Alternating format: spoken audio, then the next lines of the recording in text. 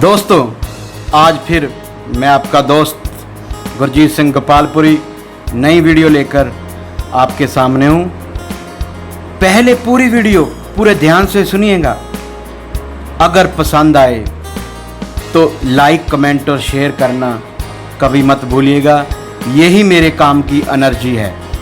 अगर वीडियो बुरी लगे, जो चीज़ आपको वीडियो में अच्छी ना लगे, वो भी कमेंट में ज़रूर बताइएगा। चलो अब शुरू करते हैं। दोस्तों, एक बार एक फ्रॉग, एक डड्डू था। उसको बर्तन में लेकर पानी में गैस पे रख दिया गया और डड्डू ने बाहर निकलने की कोई कोशिश नहीं की। पानी गर्म होता रहा। डड्डू अपनी एबिलिटी को यूज़ कर, टेम्परेचर में एडजस्ट करने की एबिलिटी को यूज़ कर एडजस्ट करता रहा। पहले टेम्परेचर 60 पे आया, 70 पे आया, तो डड्डू पूरा जोर लगाकर अपना एडजस्ट करता रहा। धीरे धीरे पानी उबलने लगा। तब डड्डू सोचने लगा, बाहर निकलूं, कैसे निकलूं। तब तक उसकी सारी ताकत और सारा उसकी एनर्जी, सारा पोटेंशियल ख़त्म हो चुका था। इसीलिए दोस्तों, रिलेशनशिप में रिजेक्शन हो, स्टडी में रिजेक्शन हो, बिजनेस में रिजेक्शन हो, किसी जॉब में रिजेक्शन हो, उसमें अपना पूरा दिमाग और पूरा पोटेंशियल लगाकर धीरे धीरे खुद को ख़त्म करने की बजाय ख़त्म करने के अच्छा है जितने जल्दी हो सके इसे समझें और इस रिजेक्शन से बाहर आएं। सबसे पहले हम समझते हैं कि रिजेक्शन का डर क्यों लगता है। समझो, आज के हजारों साल पहले जब मनुष्य के पास, इंसान के पास रहने के लिए घर नहीं था, छत नहीं था, तब वो जंगल में रहता था। जंगल में जानवर भी थे। उन जानवर के साथ मुकाबला करने और जानवरों से बचने के लिए वो एक कबीले और एक यूनिटी में, ग्रुप में रहते थे। ह्यूमन को डर था, अगर मुझे कबीले से निकाल दिया गया, रिजेक्ट कर दिया गया, तो लाइफ सरवाइव नहीं हो पाएगी। ह्यूमन को कबीले की एक्सेप्टेंस चाहिए थी। कबीले से रिजेक्ट करने का डर लगा रहता था। तब से यह रिजेक्शन का डर हमारे माइंड के अंदर है। इस तरह के डर को हम प्रिमिटिव इमोशंस कहते हैं। वो बेसिक इमोशंस जो हजारों साल से हमारे अंदर एग्जिस्ट करते हैं, यह शुरू से ही हमारे अंदर होते हैं। यह कहीं से सीखे नहीं जाते। जैसे माँ का बच्चे के लिए प्यार कहीं से सीखा नहीं जाता। जैसे कई लोग कॉकरोच और छिपकली से देखते ही एकदम डर जाते हैं, इसी तरह जो रिजेक्शन का डर है, यह हमारे माइंड में डीपली इनग्रेड है। इसका मतलब है तुम्हारी प्रॉब्लम रिजेक्शन नहीं है, तुम्हारी प्रॉब्लम है रिजेक्शन में से जुड़ा हुआ डर। वो डर ही तुम्हें तंग करता है। रिजेक्शन तो रास्ते का पार्ट है। एक्शन होगा तो रिजेक्शन होने का भी चांस है। आपका कोई गोल है, आप आगे बढ़ना चाह रहे हो, तो रिजेक्शन मिलेगी ही मिलेगा। अगर सक्सेस के लिए एफर्ट्स कर रहे हो तो रिजेक्शन होने के भी चांस साथ ही हैं। घर में बैठे तो रिजेक्शन मिलेगा नहीं। जब भी आपके सामने रिजेक्शन का डर आपके सामने आए तो उसको फेस करो, उसे जर्नी का पार्ट समझो, उस वक्त उसे समझो, रिजेक्शंस के रीजन को समझो। एक बात याद रखिएगा, एक बात माइंड में याद रखिएगा, रिजेक्शन का मतलब कभी भी हार नहीं होता। यह तो रास्ते का एक मोड़ है, जो मोड़ के बाद आगे की ज़िंदगी वैसे ही चलना शुरू हो जाएगी।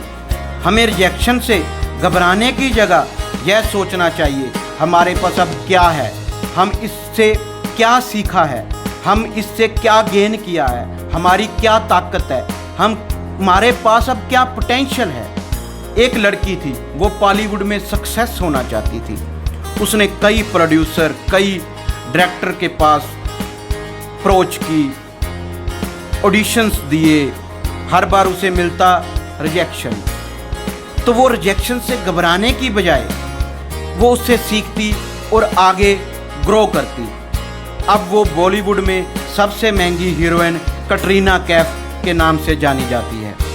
इसका यह मतलब नहीं कि कटरीना कैफ में या डायरेक्टर या प्रोड्यूसर में कोई कमी थी, बस बात तो इतनी है कि वो डायरेक्टर और प्रोड्यूसर की रिक्वायरमेंट के अकॉर्डिंग फिट नहीं बैठती थी।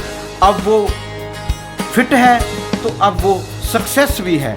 राजस्थानी थाली में अगर लस्सी पड़ी हो, जहाँ पंजाबी थाली में राजस्थानी लड्डू पड़े हो, बस यह एक मिसफिट है। इसका मतलब यह नहीं कि दोनों फूड में कोई कमी है। कई बार रिजेक्शन मिलने पर हमें लगता है कि हमें में कई कमियां हैं। परफेक्ट यह है कि सामने वाले की रिक्वायरमेंट के अकॉर्डिंग हम फिट नहीं बैठ पा रहे। जिस तरह पंजाबी थाली में लस्सी कम होने से उसकी वैल्यू कम नहीं हो जाती, उसी तरह अगर आपको कहीं से रिजेक्शन मिल रही है तो उसकी वजह से आपकी वैल्यू कम नहीं हो जाती। आपको याद होगा एक मूवी में बॉलीवुड एक्टर बाबूराव गणपतराव अप्टे जी ने कहा था, खुशियाँ बांटने से बढ़ती हैं और दुख बांटने से कम होते हैं। आप बाबूराव अप्टे जी की बात पर प्रैक्टिकली ट्राई करना। जब भी कहीं से रिजेक्शन मिले, निराशा हो, पेन हो, तो अपनी आंखें बंद कर यह सोचना कि कौन ऐसा इंसान है, कौन ऐसा आदमी है आपकी लाइफ में जो आपके लिए सब कुछ कर सकता है और आप भी उसके लिए सब कुछ कर सकते हो। जिसका चेहरा आपकी आंखों के आगे आए, जिसका चेहरा आपकी आंखों की आगे आए, आप अपना सारी निराशा का पेन उससे शेयर कीजिएगा। मैं ये बात 100% दावे से कह सकता हूँ, अगर आपका पेन 100 किलो है तो ये कम होकर 100 ग्राम रह जाएगा।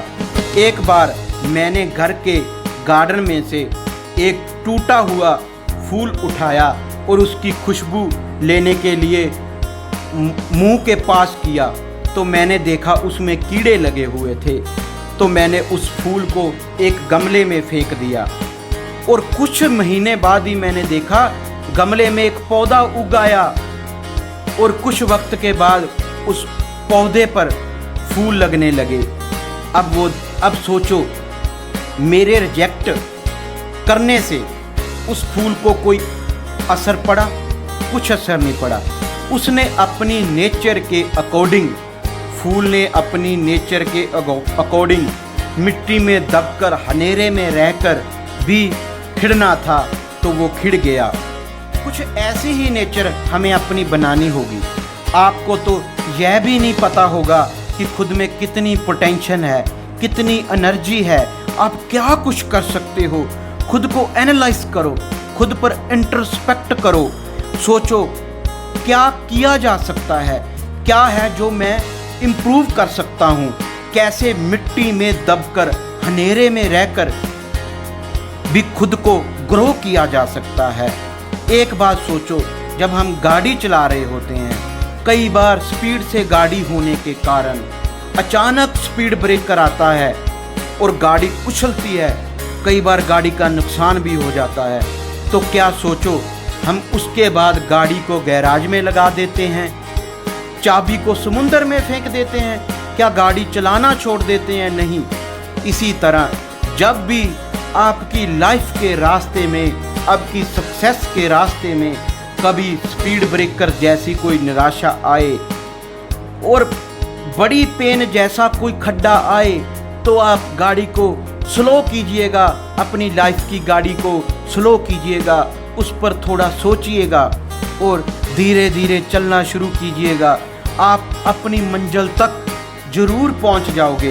जंग की सक्सेस में अपना बचाव करने का सबसे बढ़िया तरीका अपने डर और मुश्किलों के खिलाफ आक्रामक रुख अपनाने का होता है।